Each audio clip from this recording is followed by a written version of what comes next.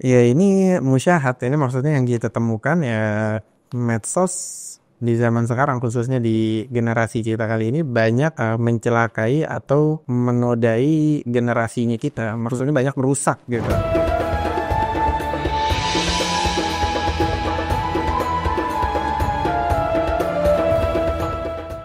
Baik Habib, jadi yang kita mau tanya sekarang kepada Antum, bagaimana sikap para orang-orang yang bermain media sosial untuk mengungkapkan kata-kata yang lebih positif bukan negatif. Artinya bukan justifikasi yang seperti tadi kita sampaikan, nggak keroyokan terus nggak. Artinya penyampaian mereka di dalam mengkritik itu dengan cara yang baik, dengan cara yang soft, bagaimana Antum sampaikan. Baik, tadi kan udah Ana sampaikan tentang bagaimana bagi orang-orang yang menggunakan sosial media ketika mereka nggak bisa, namanya orang menggunakan sosmed ya, Beb, nggak bisa memfilter apa yang mereka dengar. Tapi seenggaknya bisa memfilter apa yang mereka sampaikan. Itu udah Ana bahas. Adapun memfilter apa yang mereka dengar, ya pasti bakal mereka dengar. Tapi mengetahui mana yang benar, mana yang salah, itu semua kita rujukin kepada hadisnya Nabi. Kalau kita mau tahu informasi yang sifatnya benar atau menjerumuskan ini di sosial propaganda, atau informasi yang sifatnya mendidik, atau cuma propaganda belaka, kita rujukin ke hadis Nabi. Nabi bilang apa? Kullul muslim halal muslim haram dammu wa maluh wa arduh.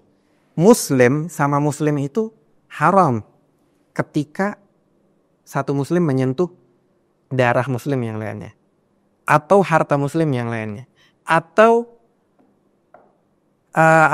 kemuliaan muslim yang lainnya, yang artinya haram bagi kita mencaci atau memaki, menodai kehormatan seorang muslim, atau menghalalkan darahnya, atau menghalalkan hartanya. Setiap orang yang mengatakan kalimat la ilaha illallah, itu haram kita lakukan hal-hal yang tadi saya sebutkan kepada mereka. Jadi kalau ada informasi atau propaganda di sosmed yang bertentangan dengan hal-hal yang disebutkan Nabi, nah ini kita perlu hati-hati. Kita perlu hati-hati. Kalau orang udah mencaci maki orang yang muslim atau menjelekkan orang yang muslim, mengatakan kalimat la ilaha illallah, walaupun gak sependapat sama mereka, walaupun gak sependapat sama saya, atau gak sependapat sama antum, Beb.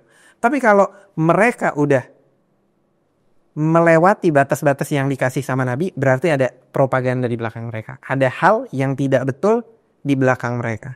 Ada hal yang harus diteliti dari informasi yang mereka sampaikan di sosial media. Begitu, Beb.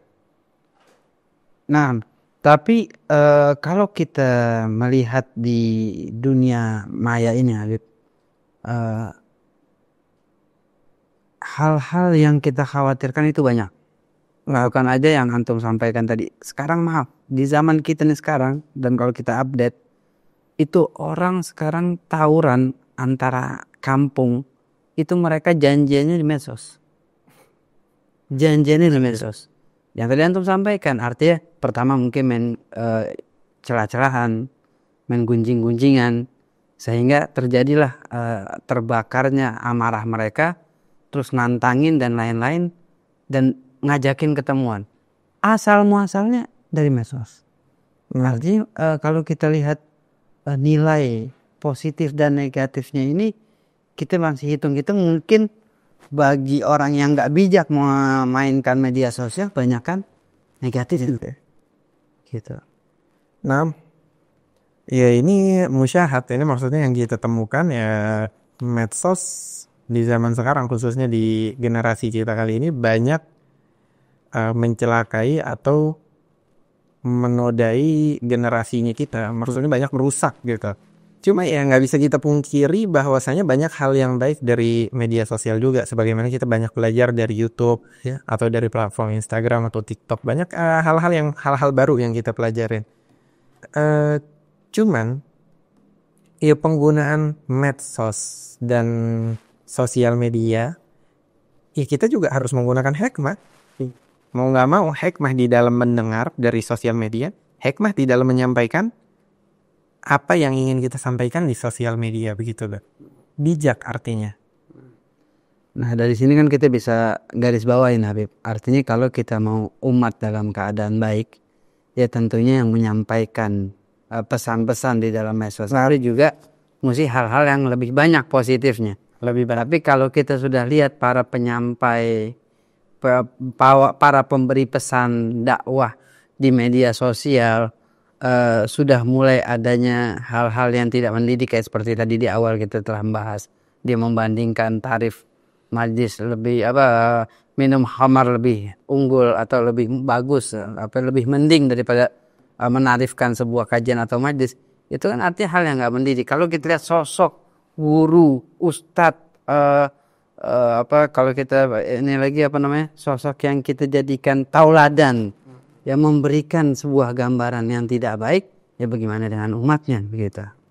Bagaimana dengan umatnya? Maka disinilah yang sekarang menjadi prihatin kita sebagai bangsa Indonesia, anak-anak bangsa, yang kita memang lagi mau bagaimana sih untuk mendapatkan media-media itu hal-hal yang positifnya dan bagaimana menyaringnya. Maka dari tadi Anda sampaikan dan kita tanya kiat-kiatnya apa atau pesan-pesan atau trik-triknya apa, trik-triknya bagaimana caranya untuk para muda-mudi khususnya yang sekarang mengikuti laman media sosial dari berbagai macam cara dan gaya, ya berbagai macam siaran. Ya, siaran itu kan yang di dalam media sosial bukan hanya agama aja, ya banyak hal yang umum, ada olahraga, ada seni, ada budaya, ada yang naudzubillah min dzalik lebih fahis dari yang tadi kita sebutkan.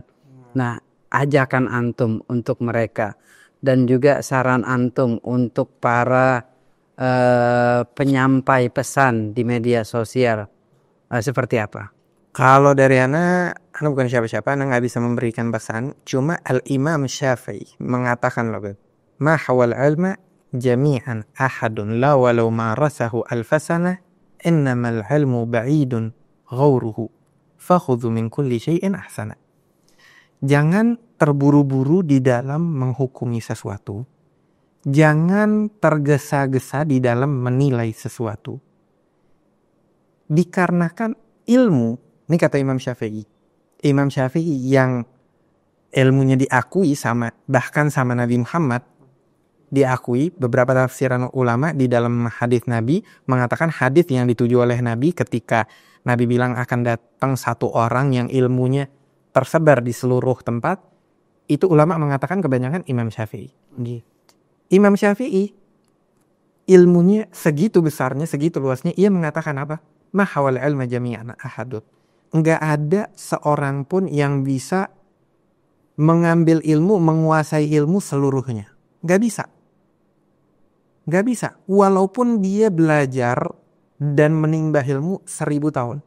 Tetap enggak bisa. Pasti ada batasnya. Innamal ilmu bahidun ghauruhu. Ilmu itu bagaikan samudra yang luas. Kalau ente berenangin, ente renang di situ, ente kecemplung, nggak akan ada kelarnya. Tepinya tuh nggak ada habisnya, nggak ada tepinya. Fakhudhu min kulli syai'in ahsana. Ambillah dari setiap hal yang terbaik. Jadi ketika kita menimba ilmu, kalau pengen semuanya nggak bakal bisa.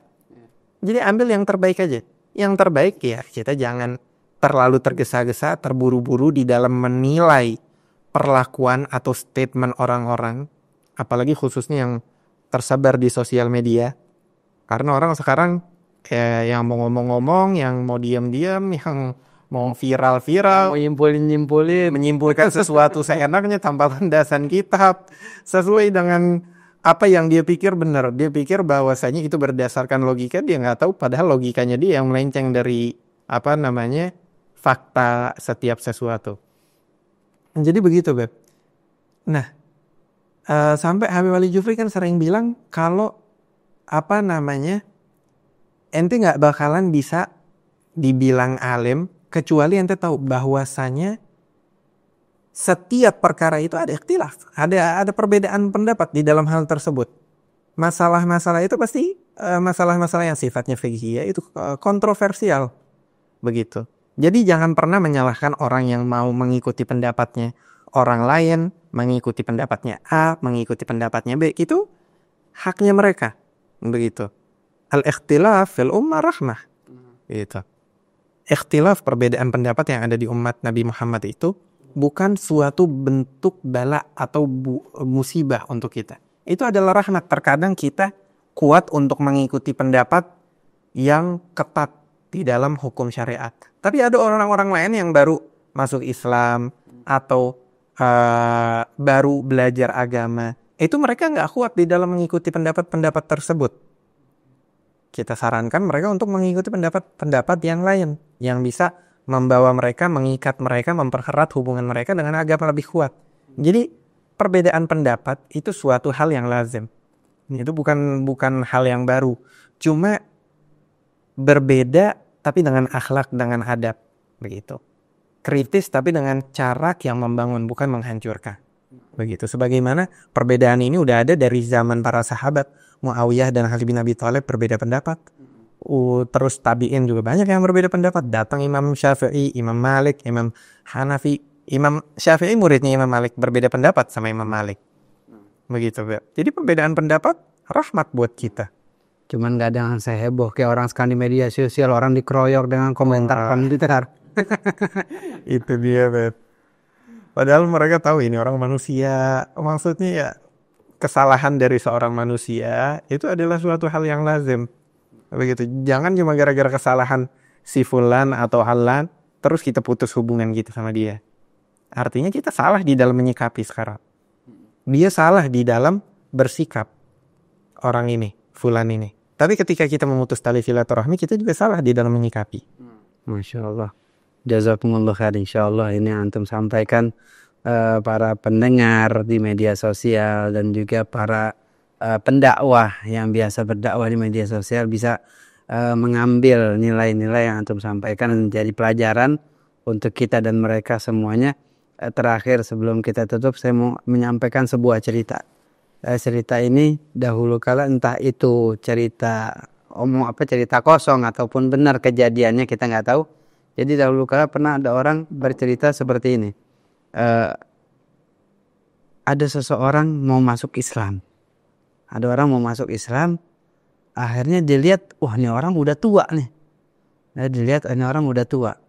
Pas dibilang mau masuk Islam, ada salah satu temannya bilang, ngapain masuk Islam, nggak enak. Ya, puasa, nggak makan 12 jam, sholat, lama sholatnya 5 kali dalam satu hari. Terus nggak boleh begini, nggak boleh. Orang ditakutin dengan agama. Ya, orang ditakutin dengan keislaman yang dia mau masuk ke dalam Islam.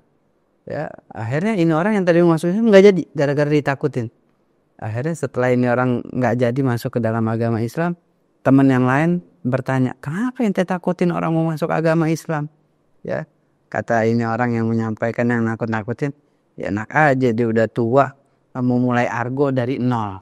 Ya, saking hasutnya, saking nggak pengen orang mendapatkan nikmat Islam sampai ditakut-takutin sampai batal. Nah, janganlah kita menjadi orang yang demikian tadi sehingga gara-gara kita orang jauh daripada hidayah, jauh daripada kebaikan yang diberikan oleh Allah Subhanahu wa taala. Dan semoga podcast Majelis Hikmah Alawiyah atau podcast Mahya ini menjadi keberkahan untuk kita semua. Dan kita ucapkan terima kasih banyak kepada narasumber kita Syed Abu Bakar bin Jindan. InsyaAllah nggak bosan-bosan untuk kembali kita panggil nantinya. Dan insyaAllah kita akan kembali di dalam podcast-podcast yang lain dengan narasumber-narasumber yang lain. Kami ucapkan terima kasih banyak. Billahi taufiq wal hidayah. Assalamualaikum warahmatullahi wabarakatuh.